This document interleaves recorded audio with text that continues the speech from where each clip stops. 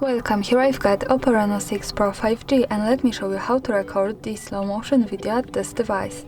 So let's start by tapping on camera button to open it, and for now we are on standard photo mode, so let's change it by using this settings bar and just simply going to the right to more. Here we get access to more modes of this camera, one of them is the slow motion, so let's pick it.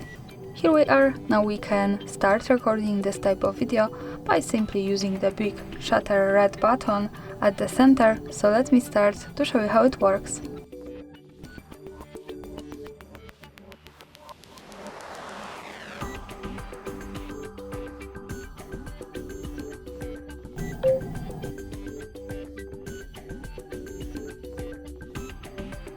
Now let's stop by tapping again on shutter button. To see the video we have to move to the left one that follows us straight to the gallery.